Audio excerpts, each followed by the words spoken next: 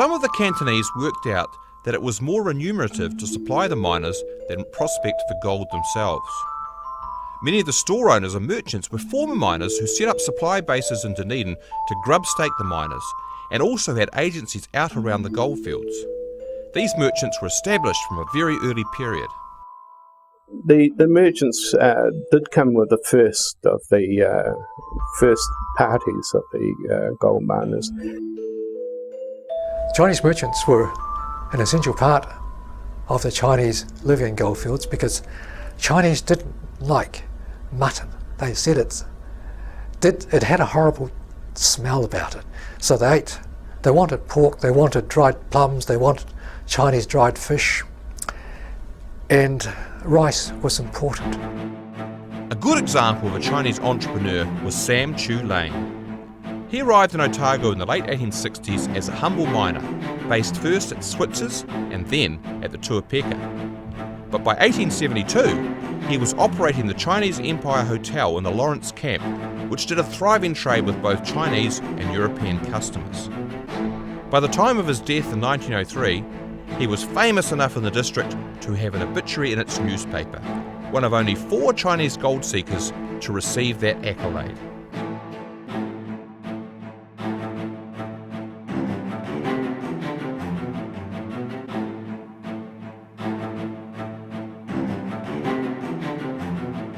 Here we are in the Lawrence Cemetery, and I'm standing in front of the mausoleum of Sam Chulainn. Sam was the proprietor of the Chinese Empire Hotel just outside the Lawrence Chinese camp and had that position between the communities.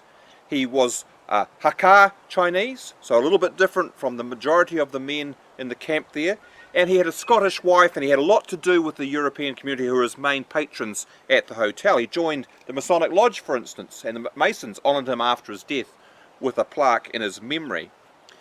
He spent a lot of money on this mausoleum, £170, significant sum in the 19th century, and he positioned it here in the Presbyterian section of the cemetery, not down the bottom of the gully with the rest of the Chinese graves. So it really does tell us something about his unique position as one of those few Chinese who made for themselves a place amongst the European community in the 19th century. Sam had gone into partnership with another former miner, Wong Moon, who was perhaps the best known merchant in the Lawrence Chinese camp.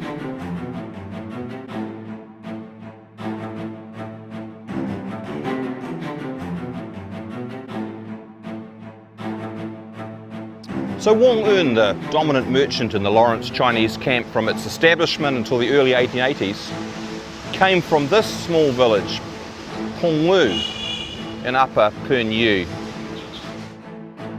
By the early 1870s, men from the Upper Pernue district generally had come to be the dominant group in the Tuapeka goldfield and the majority population among the Chinese in Otago generally. Now, before he retired back to Pengwu in 1881, Wong Moon had entered into partnership with Sam Chulainn here in Lawrence to build the Chinese Empire Hotel, the remains of which are just behind me. It catered mainly for a European trade from the Lawrence township and acted as a sort of a intermediate zone between the European and Chinese communities. Quite important building, in other words. But when Wong Moon went back to China, Sam rebuilt it in brick. Now, after he died in 1903, it soon lost its license and it reverted to just being a house. And then in the 1940s, half of the house was demolished. So what we can see here is just a remnant of the Chinese Empire Hotel, about half of it. But as the only surviving structure still on site in the Lawrence Chinese camp, it's a very important marker of its location and of real historic significance to the Chinese story here in Otago. Returning to Pengwu in the 1880s, Wong Moon was able to retire in prosperity.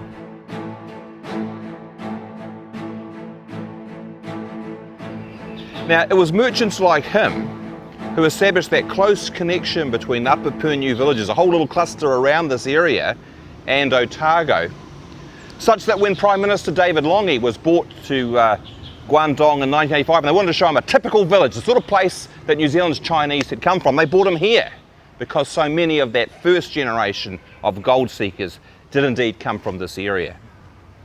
But if things had gone pretty well for Wong Moon and he retired prosperously here after a good time in Otago, particularly in the Lawrence Chinese camp, it didn't always work out so well for those who followed him in the harder times for Otago's Chinese in the 1880s and 90s.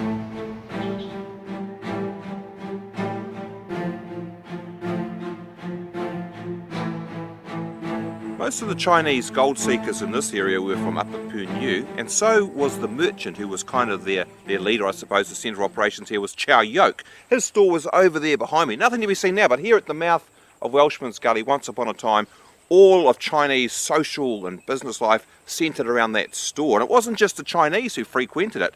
Europeans too were fascinated by the gambling that went on there, the opium smoking, and particularly Chinese New Year, which was celebrated in grand fashion. There were fireworks going, there was feasting, and all those other things, and people would be drawn to it. So for a long period, from the 1880s right through to about 1910, Chow Yoke's store was a busy, bustling, happy place to go for Chinese and European in Waikaia.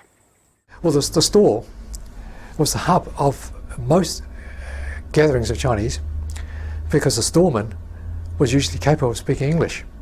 So he became the banker, the interpreter, the letter writer, and also, if there was a dispute, he could go and get it sorted out. And because he was the store, he would often have a temporary lodging for people travelling through. So he was an important person. The Chinese storekeepers and merchants had both direct and indirect interests in gold mining. Some of them, like Chow Yoke, the well-remembered storekeeper at Waikaia, he had a claim up here at Campbell's and Potter's right up to 1903.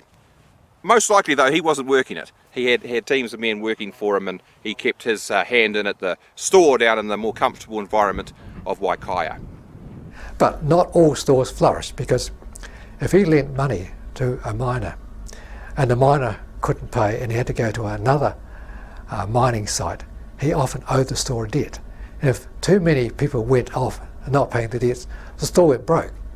And some stores, particularly around the Queenstown area, went broke to the tune of £5,000, and that was years and years of hard work gone. And the miners, if they died, well, what can you do?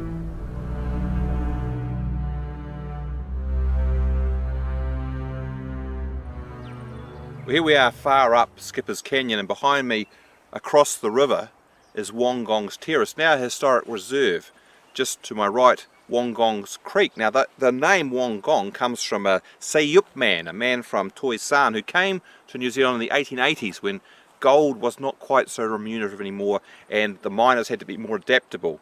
He came from Toi San County, he had a family back there, yet he spent more than half his life in Otago, at various places.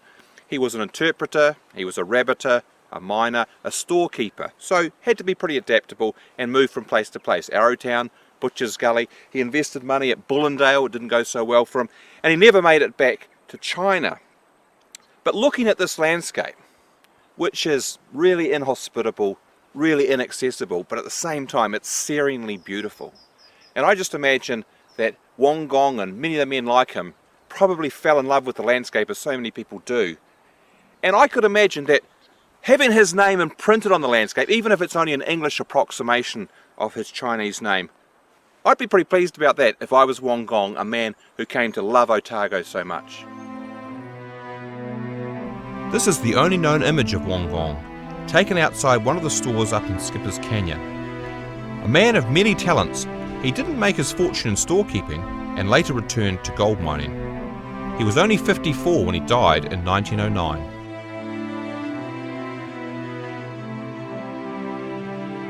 And here is Wongong's final resting place in Queenstown Cemetery.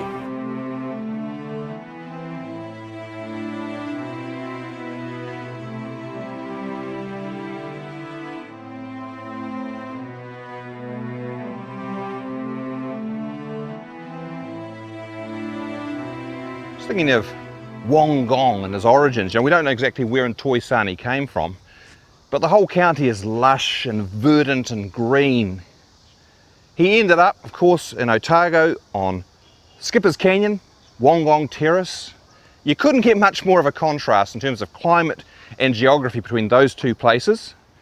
And his grave, of course, in Queenstown. So from Toi San to Skipper's Canyon to Queenstown. Stories such as Wong Gong's were sadly common amongst Chinese gold seekers. Many were said to have died of loneliness. Females on the goldfields were a relatively rare sight. Chinese females were exceptionally rare. But you might ask yourself, what about the Chinese wives? Did any of them ever come to Otago? And in fact, here in Naseby, we have one of only 2 instances where a Chinese gentleman here in town bought his wife out to live with him here. The gentleman was the storekeeper, Kwok Wah Soi, previously a well-known toiler from the Mount Ida goldfields. So Kwok Wah Soi's wife arrived here in Naseby in 1892 and lived for another 10 years here among the Naseby community. Now the couple never had any children, and maybe that limited their engagement with the wider community. It's really interesting that there's no record of her presence or her departure from town or anything in the newspaper here in that time. And it points to something very significant about the relationship between the two communities. And that is, although the Chinese were here for a long period, repeated sojourners over a couple of generations, they never really bonded with the local community or became part of it. It's very clear they were just here to do their thing, get back to China. And so it seems almost inevitable that when you ally that to the way in which they were seen as competition for labouring jobs and cheap competition, so a threat to the jobs of other people in the community here, there was a development of a sort of prejudice, racism and discrimination. It was inevitable, and so it turned out.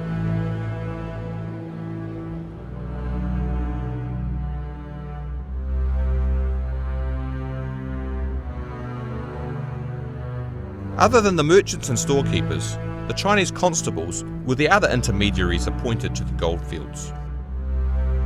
It's interesting that 2 of the early Chinese Otago policemen, those critical intermediaries between the Chinese gold seekers and the official administration, John Alou and Charles Wongai, both came from Toi San County. Now, we don't know exactly which villages they come from, but they were both Toi San men.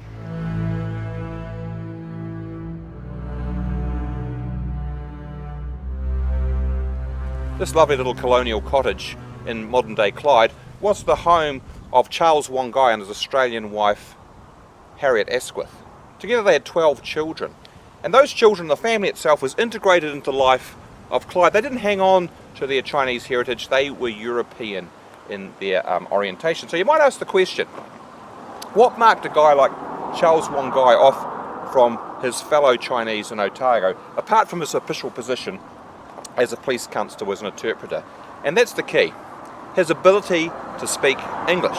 Coming to Otago, he worked first as a storekeeper in Dunedin, but then in 1877 he was appointed to replace John Alou as the Chinese constable. Had an interpreting role, had a job there to survey all sorts of things to do with the legal ramifications of Chinese activity, miners' rights, this, that and the other. Now, he was a victim of the anti-Chinese sweep of things in official circles in the 1880s. He was dismissed from his position in 1889. That was the end of the Otago Chinese police official function, official role. And we don't know what he did for the rest of his life, but he died here at the age of 72, somewhere in the early 20th century, and he's buried here in Clyde.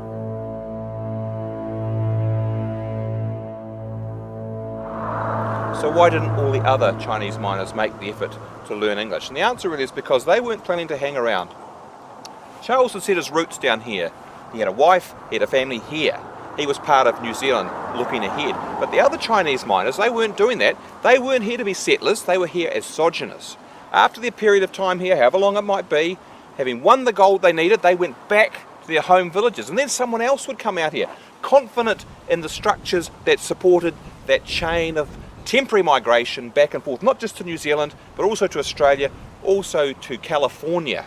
Now the system was called Li Song, to give life, and it meant that process of one sojourner replacing another over generations, and the flow of remittances that went back to the home villages became absolutely critical to their prosperity.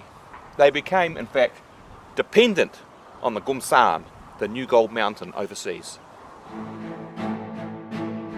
The main beneficiary of all of the activity in the Otago hinterland was the coastal city of Dunedin. There, the Chinese elite based themselves to service all of the comings and goings of their fellow countrymen inland.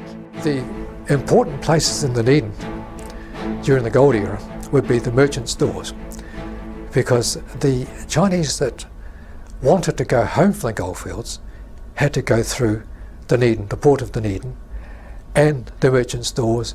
They had to have money exchange. They had to convert whatever money they had back into gold, or if they had gold they may have wanted Chinese money. Now, rather than take money, they would probably launder it through the Suhui stores, give them whatever gold or money they had, and they would collect it from Hong Kong at their agent. And I think that there were good records kept that there wasn't any skullduggery in those days. And the other important parts of the places that Chinese went to, there were market gardens in Dunedin. They were supplying the ships, supplying the merchants, and there was other fellow countrymen they could get together. And there was always a clans meeting where they would go and celebrate and have some time where they could talk of the old times.